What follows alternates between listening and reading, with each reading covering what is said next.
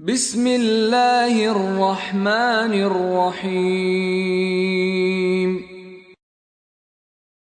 اعوذ باللہ السمیع العلیم من الشیطان اللعین الرجیم بسم اللہ الرحمن الرحیم الحمد للہ رب العالمین والصلاة والسلام علی سید الانبیاء واشرف المرسلین سیدنا و نبینا و شفیع المذنبین ابی القاسم محمد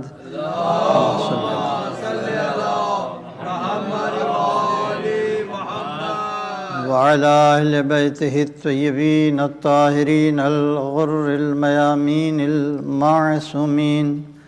الذين أذهب الله عنهم الرجس وطهرهم تطهيرا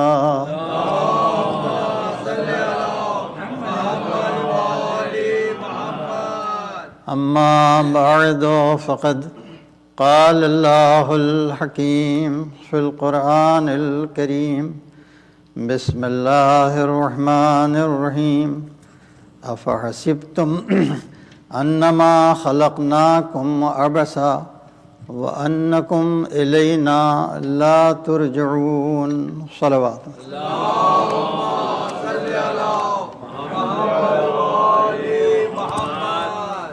سورہ حمد اور سورہ اخلاص کی تلاوت فرما کے اس کی تلاوت کا ثواب ان مرحومات کی روح کو ایصال فرما دیں۔ سید غلام حسین، سید رضا حسین، مسعودہ بانو، بلقیس زہرا، علی رضوان اور علی آفتاب رضا۔ اللہم صلی علی محمد۔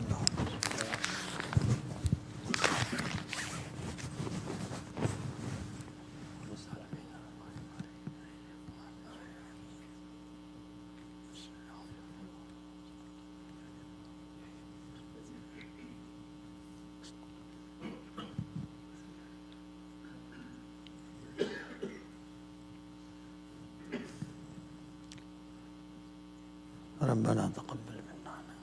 تب علینا۔ ایک صلوات بھیج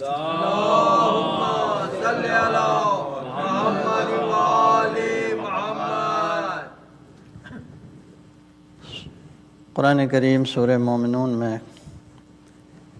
ارشاد فرما رہا ہے، افحسبتم، کیا تم نے یہ گمان کر لیا ہے، تمہارا یہ خیال ہے، انما خلقناکم عبثا، کہ ہم نے تمہیں عبث اور بلا مقصد پیدا کیا ہے، تمہاری خلقت کا، تمہاری زندگی کا کوئی مقصد نہیں ہے، وَأَنَّكُمْ إِلَيْنَا لَا تُرْجَعُونَ، اور کیا تم پلٹ کے ہماری طرف نہیں لائے جاؤ گے، پلٹا کے ہماری طرف نہیں لائے جاؤ گے۔ تو یہ آیہ کریمہ گویا اس بات کے اوپر روشنی ڈال رہی ہے کہ انسان کی زندگی، انسان کی خلقت کا کوئی ایسا مقصد ہے کہ جو اس دنیا میں پورا ہونے والا نہیں ہے، بلکہ وہ جس کی طرف سے آئے ہیں اسی کی طرف پلٹ جانے میں پورا ہونے والا ہے۔ رجعت منے پلٹ جانا، جہاں سے آئے ہیں۔ آپ اچھی طرح سے جانتے ہیں کہ یہ دنیا ضرور انسانوں کے لیے بنائی گئی، مگر انسان دنیا کے لیے نہیں بنایا گیا، انسان کسی اور جہاں۔ یہی وجہ ہے کہ آپ دیکھیں تو بہت سے اختلافات پڑھی لکھی دنیا میں پائیں گے، نظریاتی اختلاف پائیں گے، ثقافتی اور کلچرل اختلافات پائیں گے، مذہبی اختلافات پائیں گے، بہت سے اختلافات پائیں گے، مگر ایک بات پر ساری دنیا متفق نظر آئے گی، اور وہ یہ ہے کہ ہمیں ایک ایسی زندگی چاہیے کہ جو بالکل آسودہ ہو اور ٹینشن فری ہو۔ اس پر کوئی اختلاف نہیں ہے۔ ہر انسان کی ضرورت ہے ایسی زندگی کہ جس میں کوئی تناؤ نہ ہو،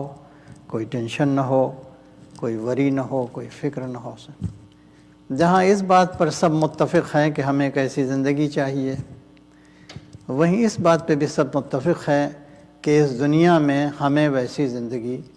نہیں ملی، اس لیے کہ اس دنیا میں بڑے سے بڑے شہنشاہ اور بادشاہ کے چہرے پہ بھی فکر کی لکیریں پائی گئیں، امیر سے امیر آدمی کے چہرے پہ بھی فکر کی لکیریں پائی گئیں، غریب سے غریب آدمی پر پائی گئیں۔ تو باوجود ہے کہ بہت سے انتظامات ان ٹینشنز کو دور کرنے کے لیے کیے گئے، لیکن بالآخر زندگی میں کچھ نہ کچھ تناؤ، کچھ نہ کچھ ٹینشن، کچھ نہ کچھ انگزائٹی اور وری بہرحال باقی رہ گئی۔ لہذا یہ تجربہ جو اتنے دنوں سے انسان کرتا چلا آ رہا ہے کہ اسے چاہیے کیا، اسے دنیا میں ملا کیا، اس کی روشنی میں بہرحال ایک عقل مند انسان کو جو تجربے سے فائدہ اٹھاتا ہے، جو تاریخ سے فائدہ اٹھاتا ہے، جو ماضی سے فائدہ اٹھاتا ہے، اسے بہرحال یہ بات سمجھ میں آتی ہے کہ جیسی زندگی ہم چاہتے ہیں وہ یہاں پیدا ہی نہیں کی گئی ہے۔ اور اسی لیے قرآن مجید نے مختلف مقامات پر اوپر ہم سے سوال کیا، اس لیے کہ یہ قرآن ہی سے ارضیتم بالحیات الدنیا، کیا تم اس حیات دنیا سے راضی ہو گئے؟ اگر یہیں کا عہدہ، یہیں کی دولت، یہیں کا منصب، یہیں کی عافیت، یہیں کی عیش و عشرت تمہیں مل جائے تو تم اس سے راضی ہو جاؤ گے؟ مگر ہم بتائے دے رہے ہیں تمہیں کہ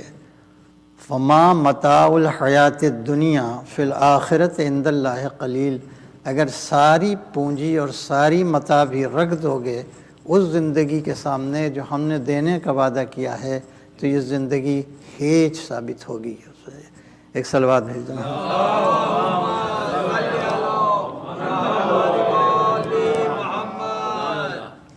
تو اس بات کے اوپر بہت اچھی طرح سے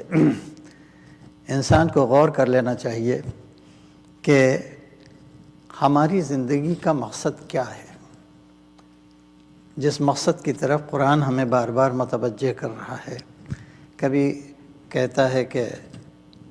اگر یہ زندگی واقعی اس لائق ہوتی کہ یہاں تمہیں قیام کا موقع ملے اور کسی ویلو کی اہل ہوتی، کوئی قیمت ہوتی اس دنیا کی، تو سب سے زیادہ جن کو اجر کا حق تھا وہ سب سے زیادہ یہاں پریشان نہ ہوتے۔ انبیاء کے سروں کے اوپر تاج رکھا جاتا، لیکن ہم نے یہاں دیکھا کہ جو سب سے زیادہ کرپٹ ہے، سب سے زیادہ بدکار ہے، سب سے زیادہ گنہگار ہے، وہ زیادہ مزے میں ہے، اور جو متقی ہے، جو پرہیزگار ہے، اس کی زندگی جو ہے ان کے مقابلے میں تنگیوں میں گزر رہی ہے۔ خود رسول اسلام سے پروردگار عالم نے کہا، ہم دیکھ رہے ہیں آپ کو، آپ کی عظمت، آپ کا وقار، آپ کی منزلت ہماری نگاہوں میں ہے، اور ہم دیکھ رہے ہیں کہ آپ پر پتھر مارے جا رہے ہیں، آپ کے راستے میں کانٹے بچھائے جا رہے ہیں، آپ جیسے ذی شعور انسان کو دیوانہ کہا جا رہا ہے، آپ کو شاعر کہا جا رہا ہے، آپ کے چاہنے والوں کو شعر بدر کیا جا رہا ہے، تو آپ بہت پریشانی میں۔ اور اسی کے بعد کہا کہ ولد دار الآخرہ، اور آپ کے لیے اصل میں جو اصل حیات ہے، جو ہم نے آپ کے انعام اور آپ کے جزا کے طور پر بنایا ہے، وہ یہ دنیا نہیں ہے بلکہ وہ آخرت ہے۔ اور قسم کھا کے والضحیٰ واللیل اذا سجی ما ودعک ربک وما قلی وللآخرۃ خیر لک من الاولی، یہ آخرت جو ہے اس اولی سے، اس دنیا سے بہت زیادہ بہتر ہے آپ کے لیے۔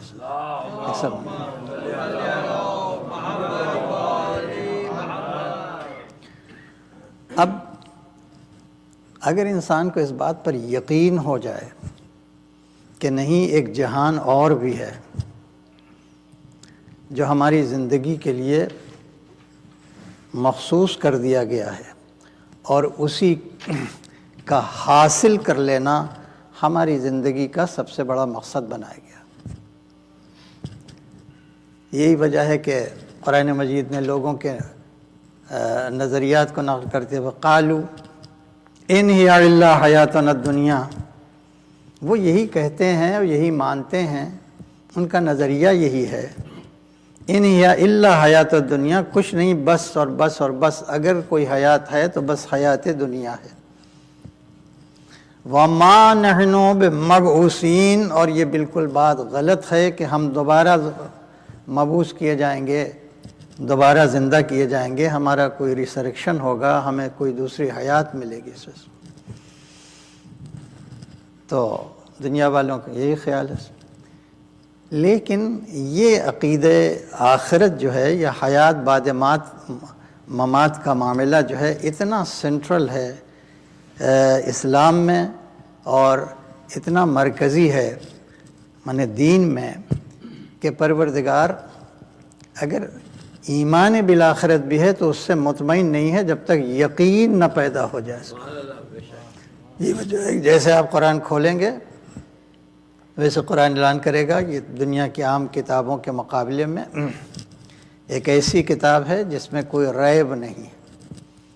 ذالک الکتاب لا ریب فیہ، دنیا کا کوئی آتھر کوئی مصنف ایسی کتاب نہ لکھ سکتا ہے، نہ لکھتے وقت سوچ سکتا ہے کہ اس میں کہیں سے کوئی ریب نہیں آ سکتا، کوئی شک نہیں آ سکتا، بلکہ جو کچھ اس کے علم میں ہے وہ جمع کر دیتا ہے، اور ہمیشہ اس بات کا خوف رہتا ہے کہ علم جیسے جیسے پھیلے گا ہو سکتا ہے کہ ہماری کسی بات میں کوئی بڑا عالم ریب نکال دے۔ یہ فقط تنہا وہ کتاب ہے کہ جس میں کوئی ریب نہیں ہے، چاہے علم جتنا ترقی کر جائے لیکن اس میں کوئی شک، کوئی جھوٹ، کوئی ریب نہیں پائے۔ اور ہم نے اس کو انسانیت، عالم انسانیت کی رہنمائی کے لیے، ہدایت کے لیے، گائیڈنس کے لیے اتارا ہے خاص طور سے۔ کون وہ لوگ ہیں کہ جو اس سے ہدایت حاصل کریں گے؟ وہ لوگ کہ جو متقی کہلاتے ہیں۔ متقی کے معنی کسی بڑے خطرے سے اپنے کو بچانے کی تڑپ جس کے اندر پائی جاتی ہو، اسی کو متقی کہتے ہیں۔ تقویٰ نے بچا لینا۔ تو جن لوگوں کے دل میں اپنے سفر حیات کے خطرات سے خوف بیٹھا ہوا ہے اور وہ ان خطرات سے اپنے کو بچانا چاہتے ہیں اور سیریسلی، سنجیدگی سے سفر حیات کو اختیار کرنے والے ہیں، تو ان کی پہچان ہم بتا دیں کہ اس کی ہدایت کرے گی۔ ھدی للمتقین الذین یؤمنون بالغیب، پہلی بات یہ ہے کہ وہ غیب پر ایمان رکھتے ہیں اور اس بات پر ایمان رکھتے ہیں کہ جس پروردگار عالم نے ہمیں اس عالم آزمائش میں بھیجا ہے اس نے ضرور ہماری ہدایت کے لیے کتابیں بھی اتاری ہوں گی، لہٰذا اس پر ایمان رکھتے ہیں۔ یؤمنون بما انزل الیک، جو آپ پر نازل کی گئی کتاب، وما انزل من قبلک، اور آپ کے پہلے جو کتابیں نازل کی اس پر ایمان رکھتے ہیں۔ اتنا کہنے کے بعد قرآن مجید نے ایک جیسے کروٹ لیو، کہا وبالآخرۃ ہم یوقنون، اب یؤمنون کی لفظ نہیں ہے، مگر آخرت پر یقین رکھتے ہوں۔ تو یقین اور ایمان میں کیا فرق ہے؟ جب تک شک کی گنجائش باقی رہتی ہے اس وقت تک اس کا نام ایمان رہتا ہے، جب شک کی کوئی گنجائش باقی نہیں رہتی تو اسی ایمان نام بدل کے یقین ہو جاتا ہے۔ صلوات بھیجیں محمد علیہ۔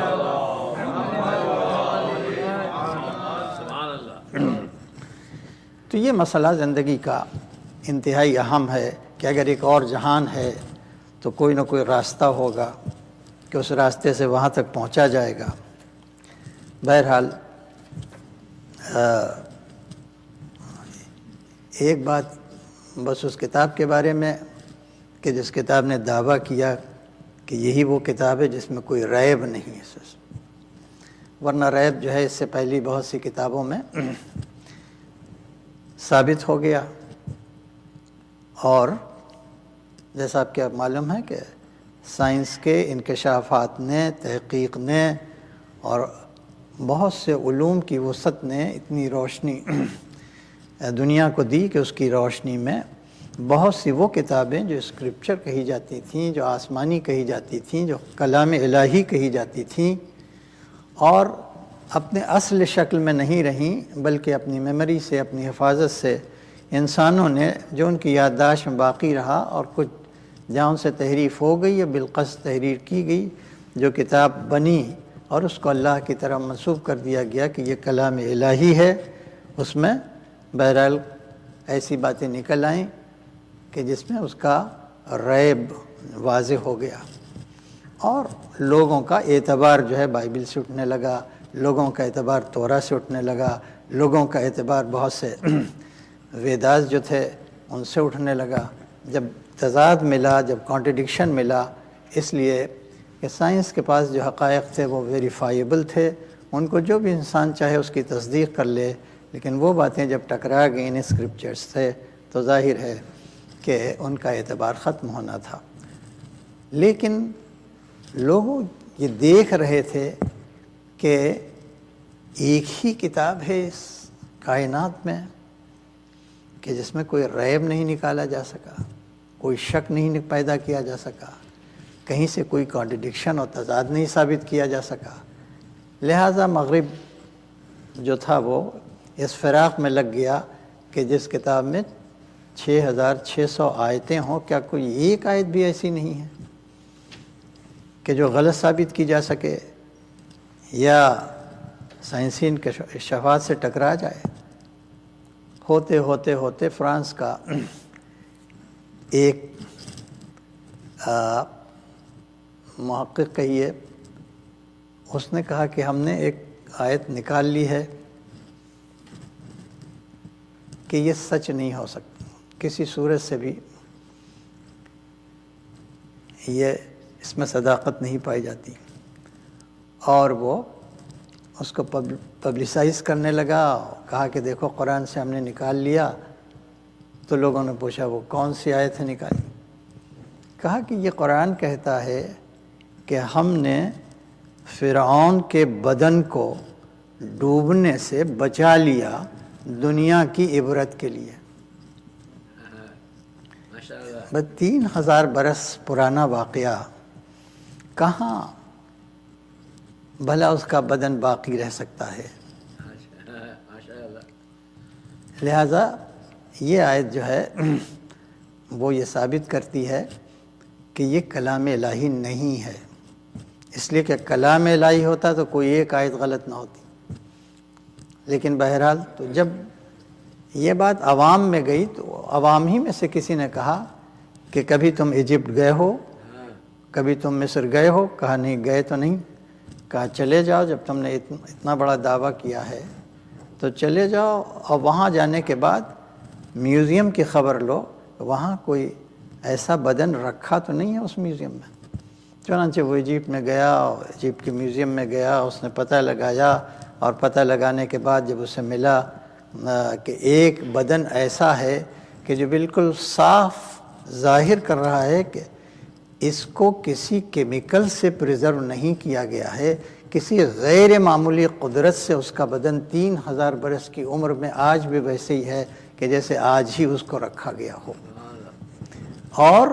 اس میں ایک پلیٹ بھی ملی، اسے ہیبرو میں لکھا ہوا تھا کہ یہی وہ بدن ہے فرعون کا جسے ہم نے بچا لیا ہے دنیا کی عبرت کے لیے۔ ایک سلمان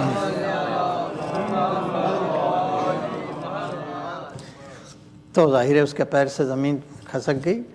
اور اس نے کہا کہ ہم نے فرینچ کے ٹرانسلیشن میں قرآن پڑھا تھا، اور جب ٹرانسلیشن میں اس میں اتنا روب پایا جاتا ہے، اتنی سچائی پائی جاتی ہے، تو اصل زبان میں ہم اگر قرآن پڑھیں تو چنانچہ بہت پیسے والا آدمی تھا، اسٹیبلش میڈیکل پریکٹیشنر تھا، بہت اچھا ڈاکٹر تھا، اس نے سب پروفیشن کو لات ماری، اور لات مارنے کے بعد پتہ لگایا کہ کس ایڈیم میں قرآن نازل ہوا ہے، تو معلوم ہوا کہ ایک علاقے کے ایڈیم میں قرآن نازل ہوا ہے، جس علاقے کا نام حجاز ہے۔ اس میں مکہ اور مدینہ دو بڑے بڑے شہر ہیں،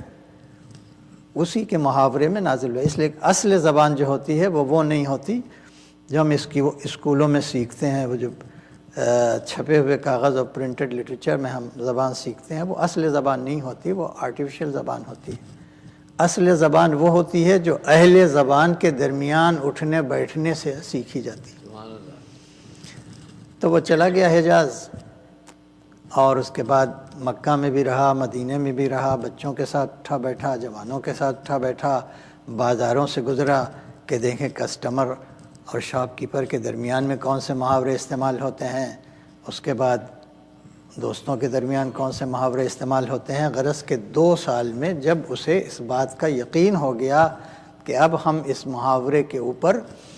دسترس حاصل کر چکے اور کمانڈ حاصل کر چکے, تو اس نے اوریجنل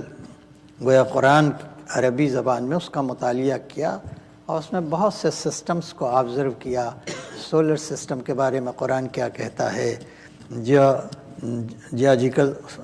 سسٹم کے بارے میں قرآن کیا کہتا ہے, اور اس کے علاوہ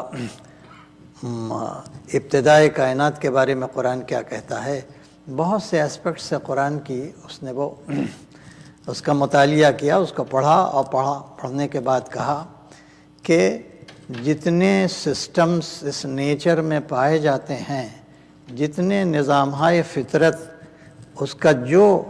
قرآن کریم نے ذکر کیا ہے اس کے انداز ذکر سے 1400 برس بعد بھی نہ کوئی کہیں ٹکراؤ پیدا ہوا, نہ تضاد پیدا ہوا, نہ کوئی کانٹرڈکشن پیدا ہوا.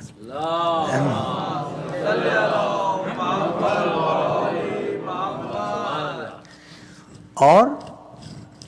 آخری جس کا نام ہے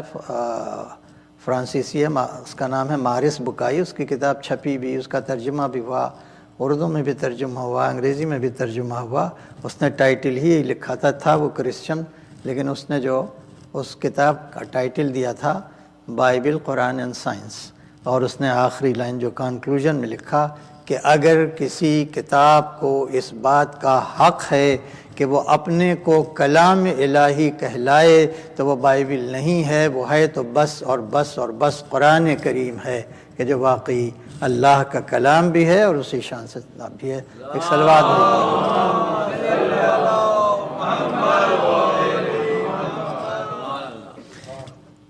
لہذا یہ کتاب اگر ہدایت کر رہی ہے اور راستہ بتا رہی ہے اور دکھا رہی ہے تو رسمی کتاب سمجھ کے, اس لیے کہ ایک بڑی جو کمزوری پیدا ہو جاتی ہے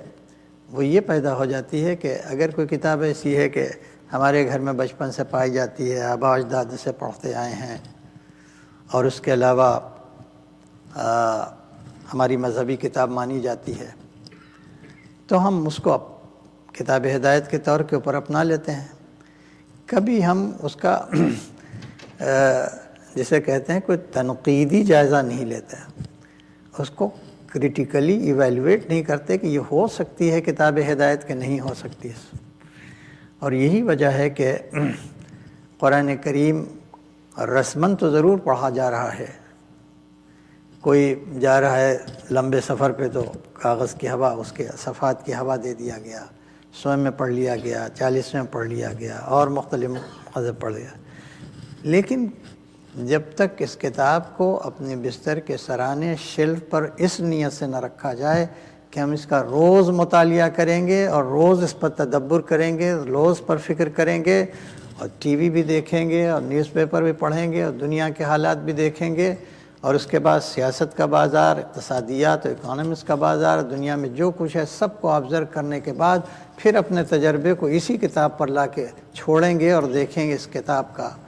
رد عمل کیا ہوتا ہے, اس کا ایکشن کیا ہوتا ہے. تو اگر یہ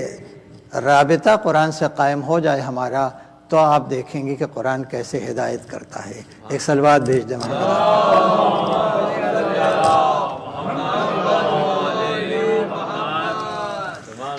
اب سب سے بڑی مشکل جو اس دنیا کے سامنے ہے وہ یہ ہے کہ دنیا اس زندگی سے آسودہ نہیں ہے.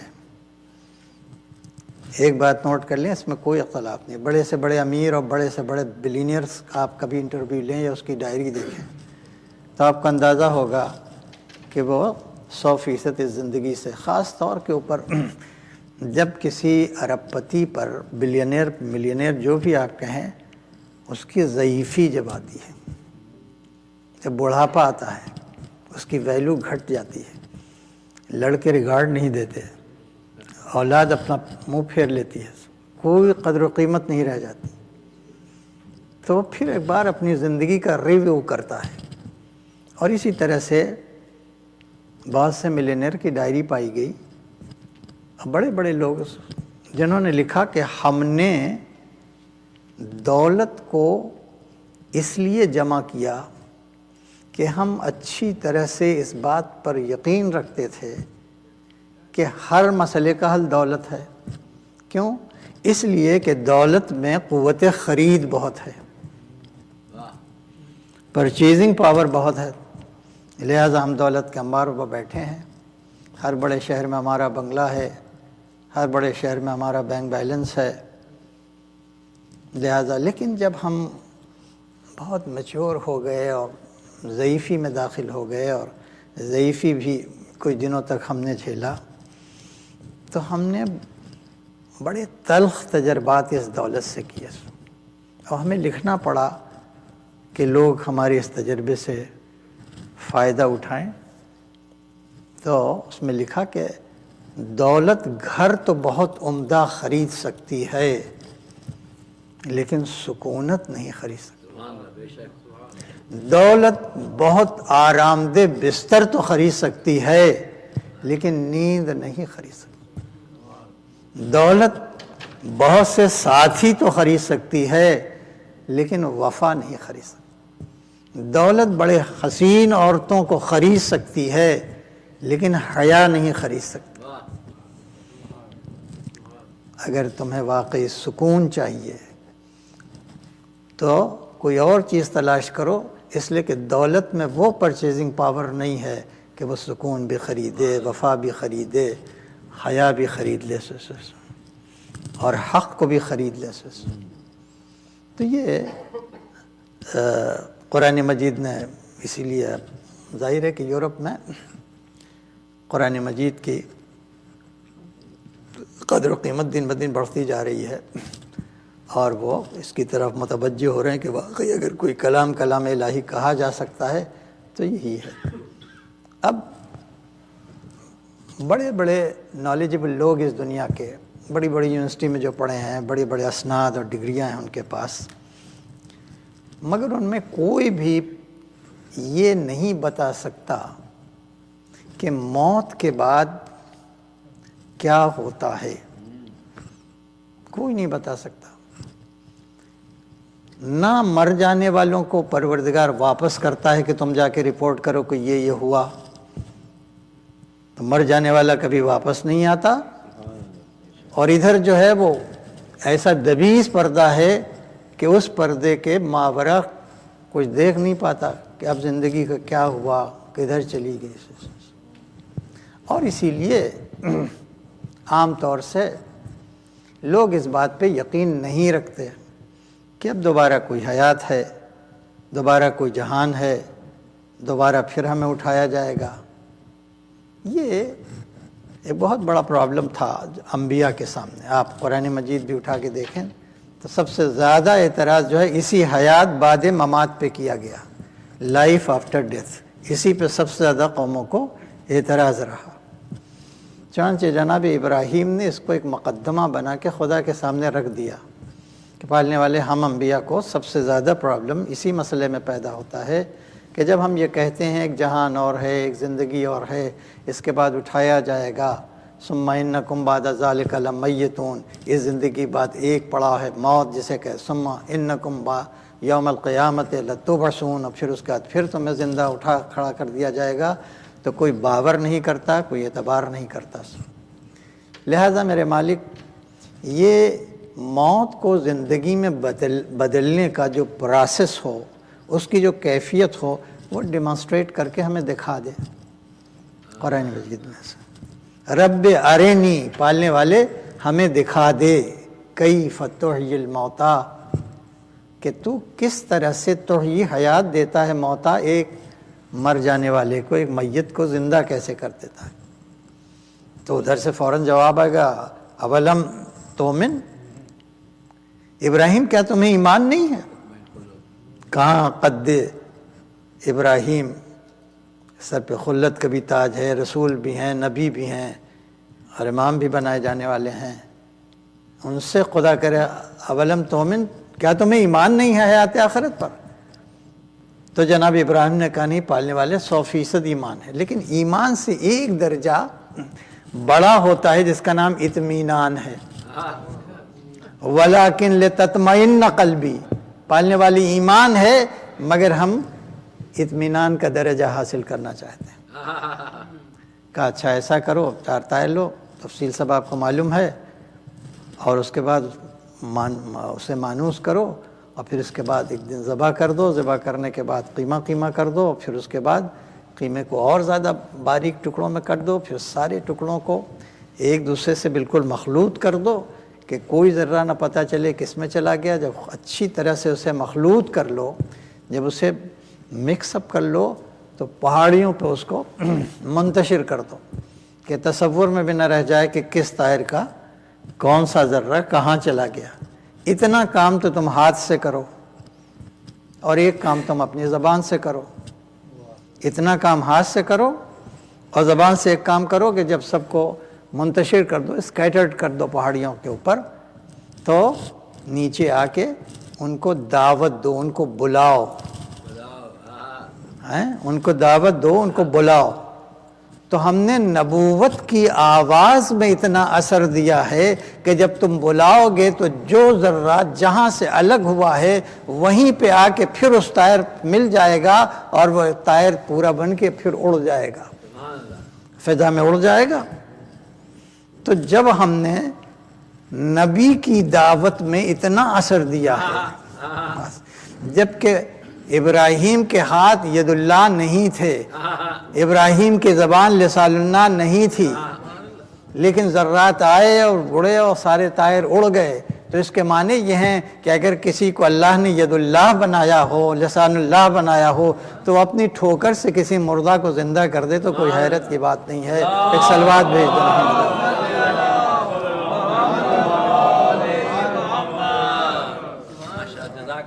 لہذا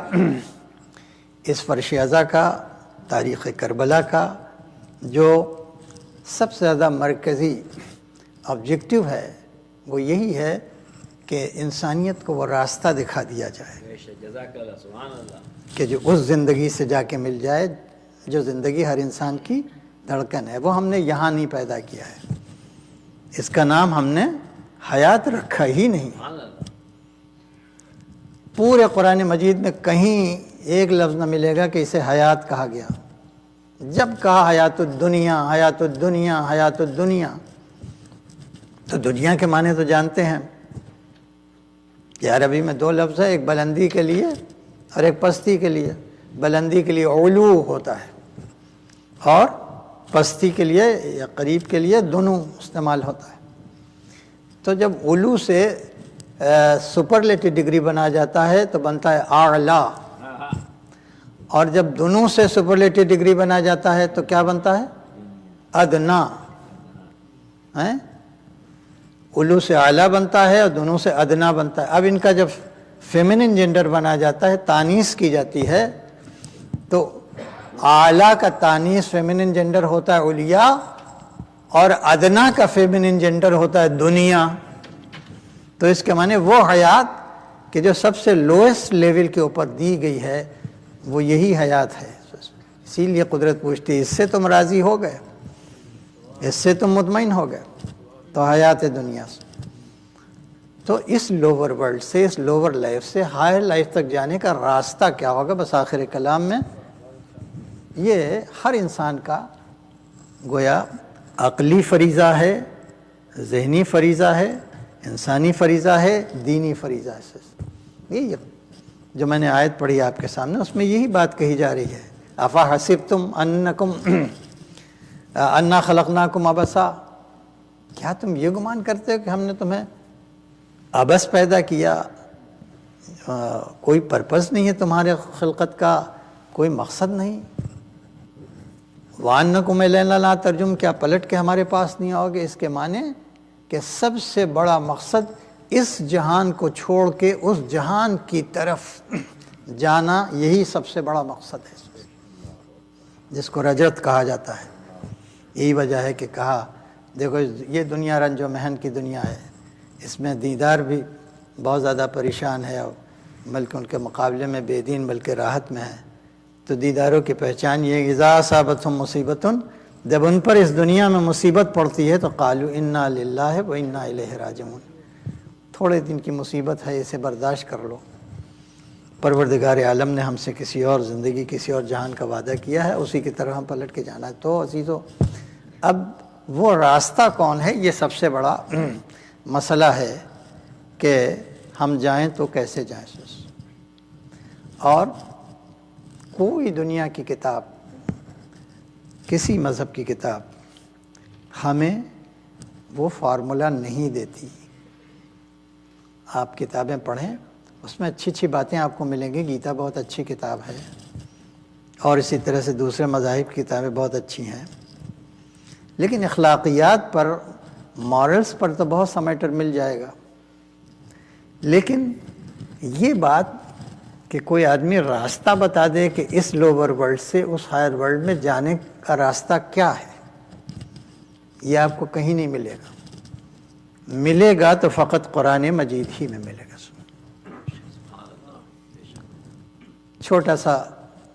چھوٹی سی آیت میں پورا فارمولہ لیے ہوئے ہے، اور وہ بھی سورہ آل عمران ہی میں ہے۔ ارشاد ہوتا ہے کہ من یعتصم باللہ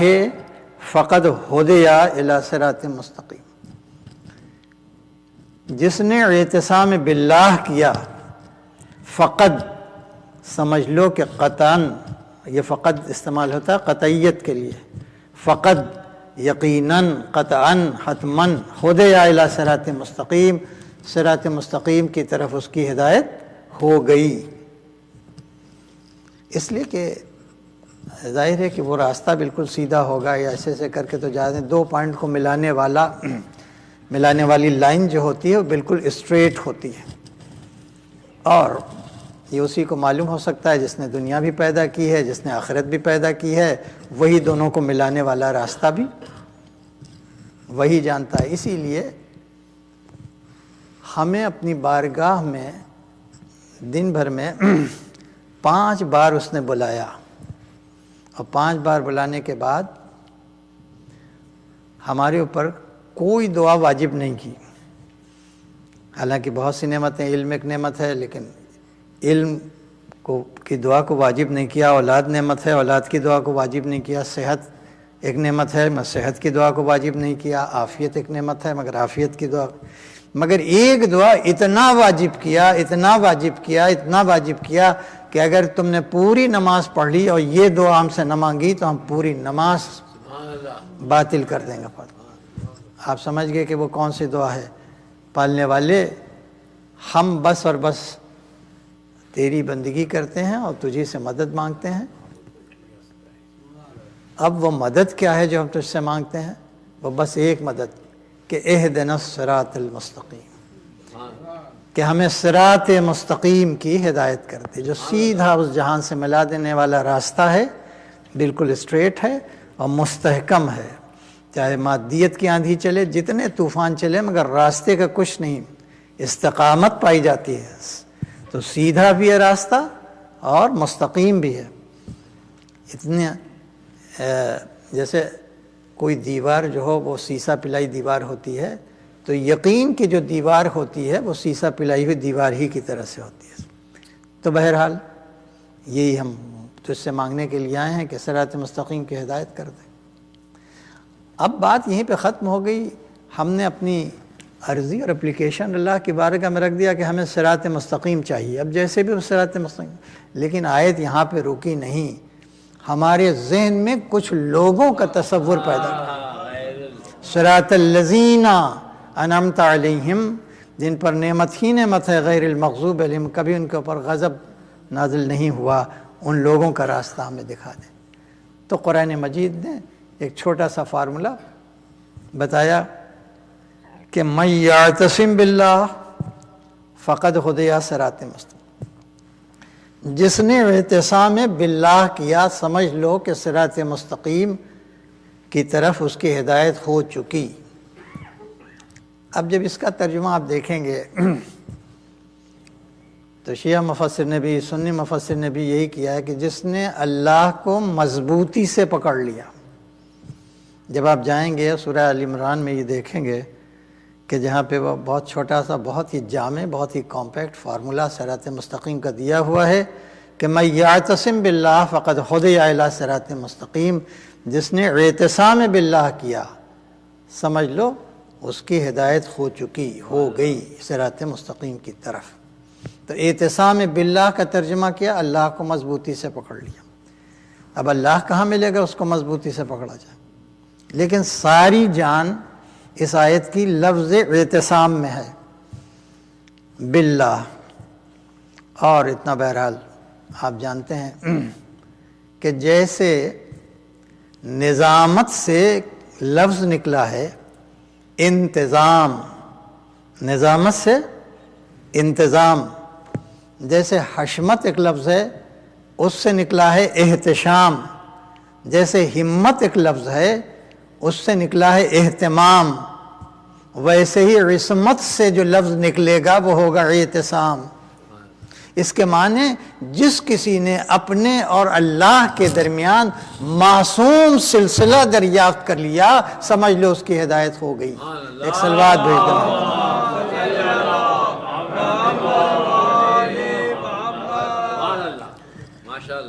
تو اب ظاہر ہے کہ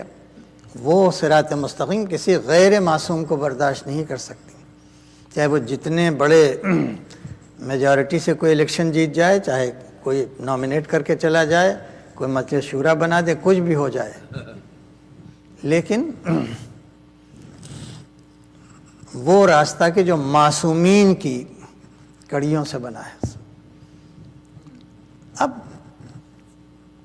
پڑھی لکھی دنیا میں اس پر اعتراض ہو گیا کہ عصمت کوئی چیز نہیں ہوتی، اگر بشر ہے کوئی تو معصوم نہیں ہو سکتا، اور اگر معصوم ہے تو بشر نہیں ہو سکتا۔ اب دیکھیے میں وہ باتیں آپ کی خدمت میں کہ آپ کے ذہن میں بھی ہو سکتا ہے خیال پیدا ہو، بڑے بڑے پروفیسرز ہوتے ہیں، سائنسداں ہوتے ہیں، انٹلیکچوئلس ہوتے ہیں، نالیجبل لوگ ہوتے ہیں، ان کے اعتراض کو سننے کے لیے قرآن مجید نے ہدایت کی ہے کہ سب کی بات سنو، اس پہ غور کرو۔ تو انہوں نے کہا کہ ہو ہی نہیں سکتا کہ انسان بھی ہو اور معصوم بھی ہو۔ انسان ہے تو بہرحال خطا کرے گا، یعنی یہ مان کے چلے کہ خطا جو ہے وہ لازمہ بشریت ہے، لازمہ ہے بشریت کا کہ وہ خطا کرے۔ تو ہم نے کہا کہ اچھا اگر آپ یہی مانتے ہیں کہ اگر بشر ہے تو لازماً خطا کرے گا، اس سے ایرر ہوگی، اس سے خطا ہوگی، تو آپ ہمیں یہی بتا دیں کہ تھیوری آف ایرر کیا ہے آپ کے ہاں، خطا کا اصول کیا ہے آپ کے ہاں، آپ یہی بتا دیں کیوں انسان خطا کرتا ہے۔ تو کہا ہاں ہم آپ کو وہ پوری تھیوری دے رہے ہیں، اور وہ تھیوری یہ ہے کہ انسان خطا کرتا ہے 3 اسباب کی بنا کے اوپر۔ پہلا سبب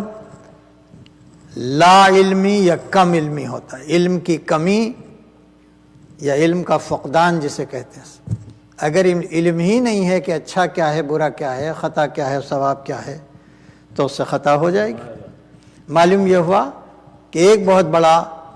جو سبب ہے، جو کاز ہے خطا کا اور ایرر کا، وہ ہے علم کا نہ ہونا یا علم کا کم ہونا۔ ہم نے کہا اور کبھی کبھی انہوں نے کہا کہ ایسا ہوتا ہے کہ علم میں ہوتا ہے کہ یہ سچ ہے، یہ جھوٹ ہے، پھر بھی انسان جھوٹ بولتا ہے، یہ صحیح ہے، یہ غلط ہے، پھر بھی انسان غلطی کرتا ہے۔ تو اب یہ جو غلطی ہو رہی ہے علم کی کمی سے نہیں ہو رہی ہے، یہ نفس کی خباثت کی وجہ سے ہو رہی ہے کہ اس کے نفس میں خباثت پائی جاتی ہے، وہ جانتا ہے، اس کے علم ہے، لیکن پھر بھی غلط بات کہہ رہا ہے۔ اور کبھی کبھی ایسا بھی ہوتا ہے کہ علم بھی ہوتا ہے، نفس میں بھی طہارت ہوتی ہے، اس کے بعد بھی انسان خطا کرتا ہے۔ کہ اب کیوں خطا کر رہا ہے؟ کہ تیسرا بڑا کاز یہ ہے کہ اس انسان میں علم ہے، اس انسان میں نفس کی طہارت بھی ہے، مگر اس انسان میں حق بات کو کہنے کی جرأت نہیں ہے، ہمت نہیں ہے۔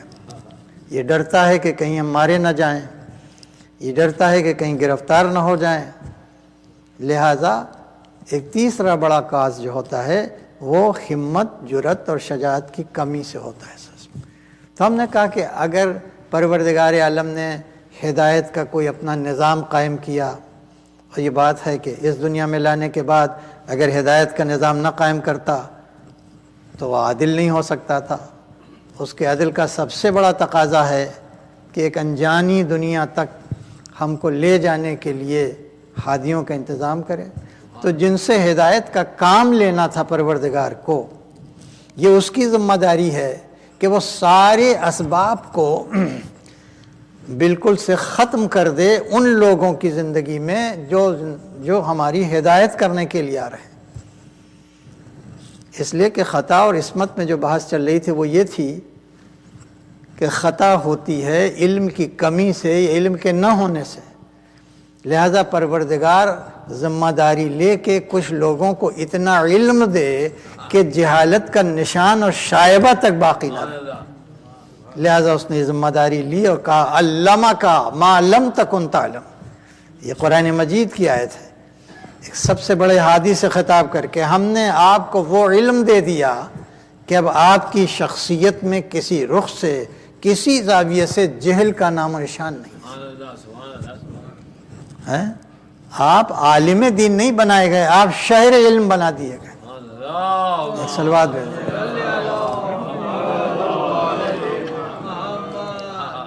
اب ایک دوسرا سبب کہ ہو سکتا ہے علم ہو مگر نفس میں طہارت نہ ہو، تو پروردگار عالم نے پھر ذمہ لیا، کہا کہ ان لوگوں کی طہارت ہم اتنا کریں گے کہ رشت تو پھٹکنے نہ پائے گا، اور اس کے بعد جب طہارت کریں گے تو جو حق کے طہارت ہے وہ پورا صرف کر دیں گے۔ صلوات بھیجو۔ اور ان کے اندر حق گوئی کی اتنی جرأت و ہمت، اتنی شجاعت دے دیں گے کہ وہ اس طرح سے میدان جہاد میں آئیں گے کہ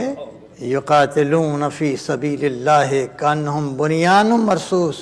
اس طرح سے ثبات قدم پیش کریں گے جیسے سیسا پلائی ہوئی دیوار ہوتی ہے۔ وہ ان کے چاہنے والوں میں اتنی جرأت ہوگی، اتنی ہمت ہوگی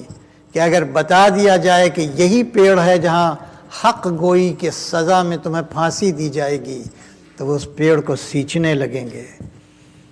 اس کی خدمت کرنے لگیں گے، اس کو کھاد دینے لگیں گے، اس کو پانی دینے لگیں گے، فقط اس لیے کہ یہی وہ پیڑ ہے، یہی وہ درخت ہے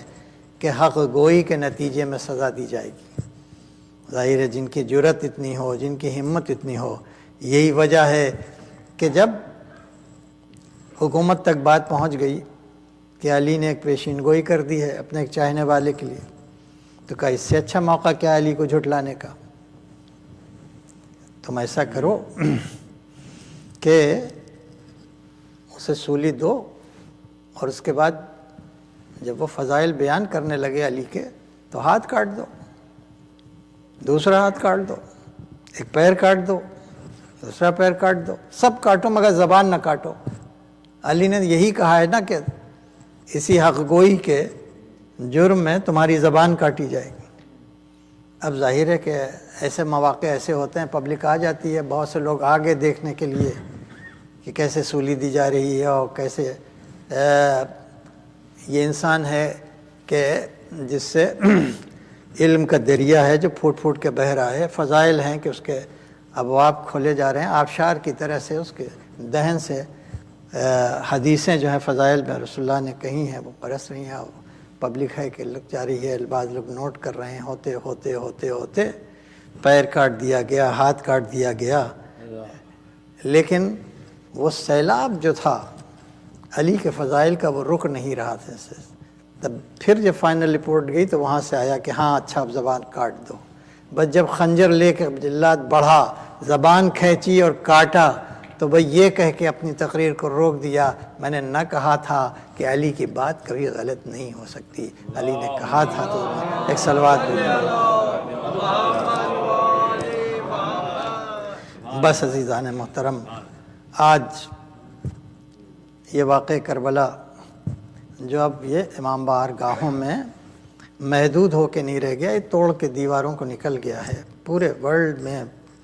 جس شان سے منایا جا رہا ہے، ہانگ کانگ سے لے کے سویڈن میں، اب وہاں چلے جائیے، پیرس میں چلے جائیے، لندن میں چلے جائیے، امریکہ چلے آئیے، جہاں آئیے. لہذا بہت سے لوگ جو ہیں وہ اس پہ غور کر رہے ہیں، اس لیے کہ واقعہ ایسا ہے کہ جس میں انسان کو سمجھ میں نہیں آ رہا ہے کہ وہ کون سا سورس تھا. بس آخر کلام میں کہ مائیں اپنے ننھے ننھے بچوں کو لے کے چلی آئیں اس یقین کے ساتھ کہ سب مارے جائیں گے، اور ہم نے کربلا کی تاریخ میں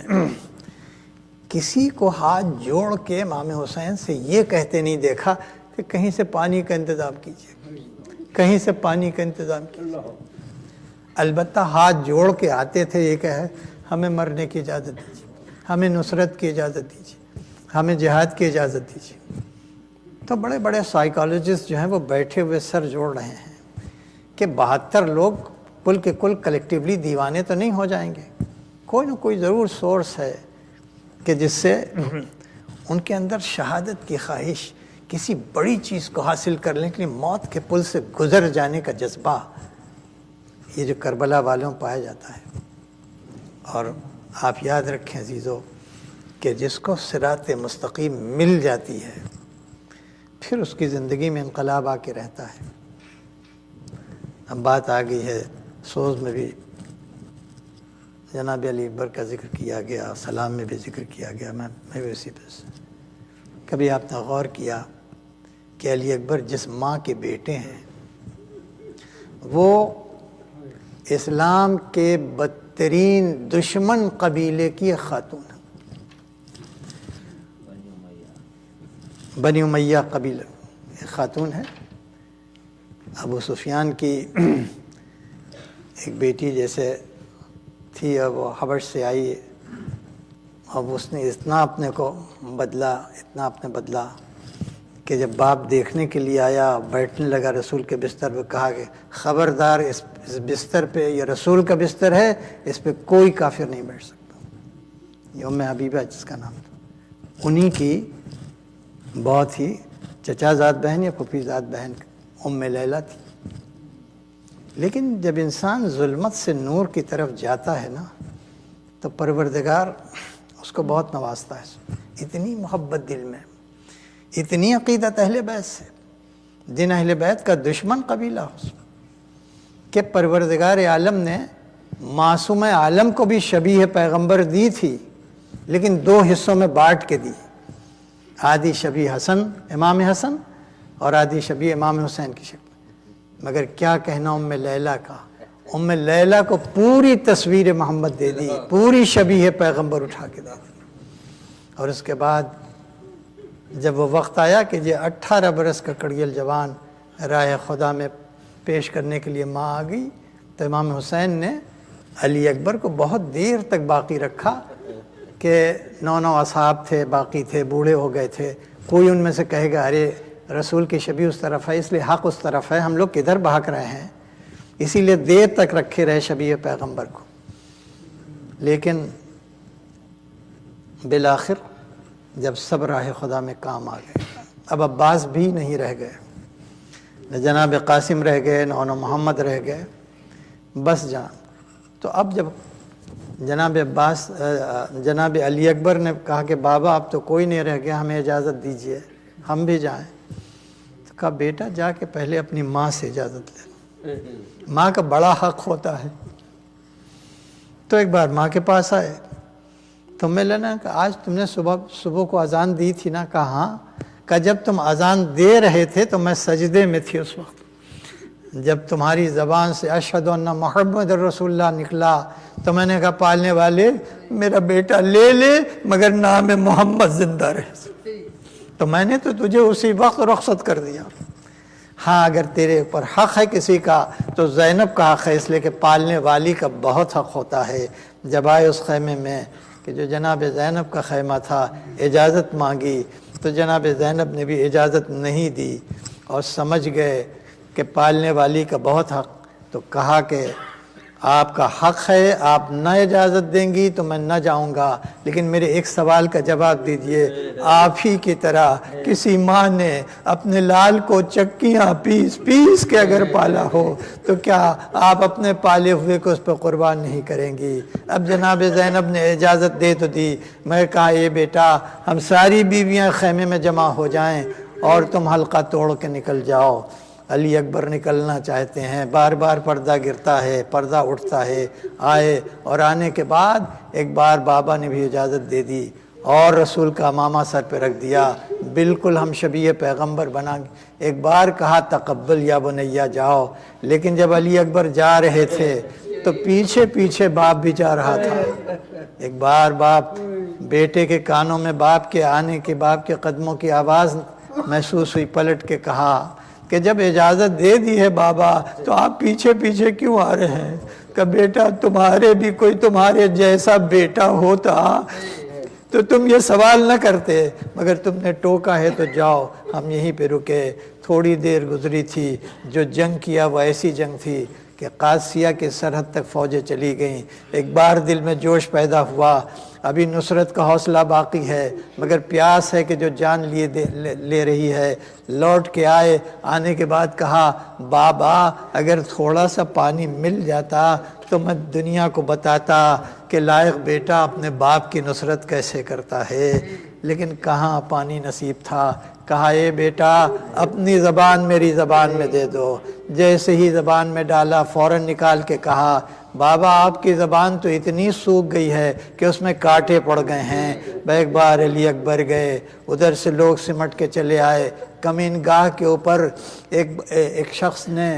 کمین گاہ کے اوپر جگہ لے کے اور ایسا وار کیا علی اکبر کے اوپر کہ علی اکبر پشت پہ کاری زخم لگا۔ اس کے بعد گردن میں گھوڑے کی اپنی باہیں ڈال کے جدھر جدھر گھوڑا جا رہا تھا ادھر ادھر وار پڑ رہے تھے، اتنا زیادہ زخمی ہو گئے کہ تاریخ کہتی ہے قطعوہ اربن اربا، اتنی تلواریں پڑیں کہ علی اکبر کا جسم چھلنی کی طرح سے زخمی ہو گیا۔ اور پھر کسی نے ایک ایسا نیزہ مارا جب گھوڑے سے گرے کہ علی اکبر کا ہاتھ سینے تک پہنچا۔ ایک بار آواز دی بابا آپ نہ آئیے گا، علیک منی السلام، وہیں سے میرا سلام قبول کر لیجئے۔ مگر اب بڑھ رہا ہے باپ، مگر اس عالم میں کہ آنکھوں کی بینائی چلی گئی ہے، کبھی گرتا ہے کبھی اٹھتا ہے۔ ایک بار کہتا ہے کہ اے بیٹا آواز دو، میں تمہاری آواز کے سہارے تمہاری لاش تک پہنچ رہا ہوں۔ اب جب لاش تک پہنچے تو ایک بار دیکھا بیٹے کا ہاتھ سینے پہ رکھا ہوا ہے۔ پوچھا بیٹا سینے پہ ہاتھ کیوں رکھے ہو؟ کہ بابا ایک برچھی کا پھل ہے کہ جو اندر اتر آیا ہے۔ بس ایک بار جب گھٹنا ٹیک کے باپ بیٹھا، برچھی کے پھل پہ گرفت کو مضبوط کیا، یا علی کہہ کے نکالا، خدا نہ کرے کسی باپ کو یہ منظر دیکھنا ہو، میں کلیجے کے برچھی کا پھل نکل آیا۔ یہی وہ بات تھی کہ جس سے حسین اتنا کمزور ہو گئے کہ لاش کو اٹھانے کی طاقت نہیں رہ گئی، ورنہ گھوڑے پہ بیٹھے بیٹھے لاشوں کو اٹھا لیتے تھے۔ آواز دی بنی ہاشم کے بچوں آؤ، باپ بہت بوڑھا ہو چکا ہے، لاش جوان ہے، آ کے لاش خیمے تک۔ سیعلم الذین ظلموا ای منقلب ینقلبون الہی بحق الزہراء و ابیہا و بعلہا۔ بار اللہ محمد آل محمد کا واسطہ ہم سب کو اعمال صالحہ کی توفیق، جو بیمار ہیں ان کو شفاء کامل عاجل، جو حج و زیارات کے مشتاق ہیں مشرف فرما، پالنے والے فرش عزا پر جو حاجت مند ہیں ان کی حاجت روائی فرما، ہمارے امام کے ظہور میں تعجیل فرما، ہمیں ان کے آبانوں سے۔ آپ حضرات سے ایک بار پھر گزارش ہے سورہ حمد سورہ اخلاص کی تلاوت فرما کے اس کی تلاوت کا سوال مرحومین مرحومات کی روح کو ایصال فرما دیں۔ سید غلام حسین، سید رضا حسین، مسعودہ بانو اور بلقیس زہرا، علی رضوان اور علی آفتاب رضا۔ اللہم صل علی الحمدللہ رب العالمین ایاک نعبد و ایاک نستعین قل هو اللہ احد اللہ الصمد قل هو اللہ احد اللہ الصمد